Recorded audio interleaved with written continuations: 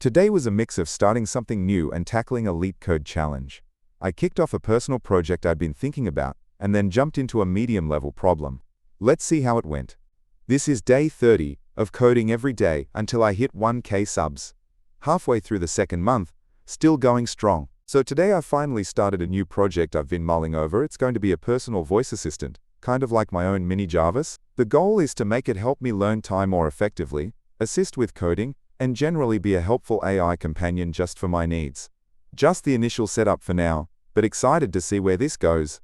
After setting up the initial files for the assistant, I switched gears to LeetCode. Today's problem is 2799. Count complete subarrays in an array.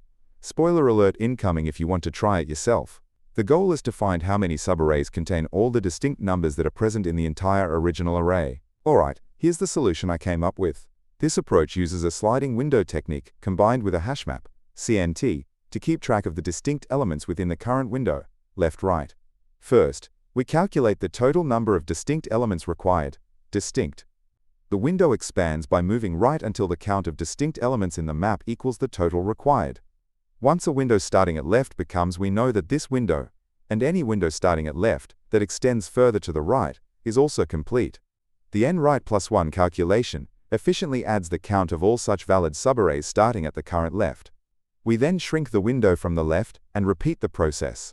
This achieves oxygen mononitride time complexity, as each element is visited at most twice by the left and right pointers, and OK space complexity, where K is the number of distinct elements in the array for the hashmap.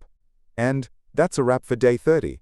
Started a fun new project and managed to solve a LeetCode medium problem using a sliding window. Let me know in the comments if you've built any personal AI tools or have different approaches to the LeetCode problem. If you're enjoying the series, please like and subscribe. It really helps motivate me to keep going. And if you want to support the channel further, you can find the link to buy me a boba in the description below. Thanks for watching, and see you tomorrow.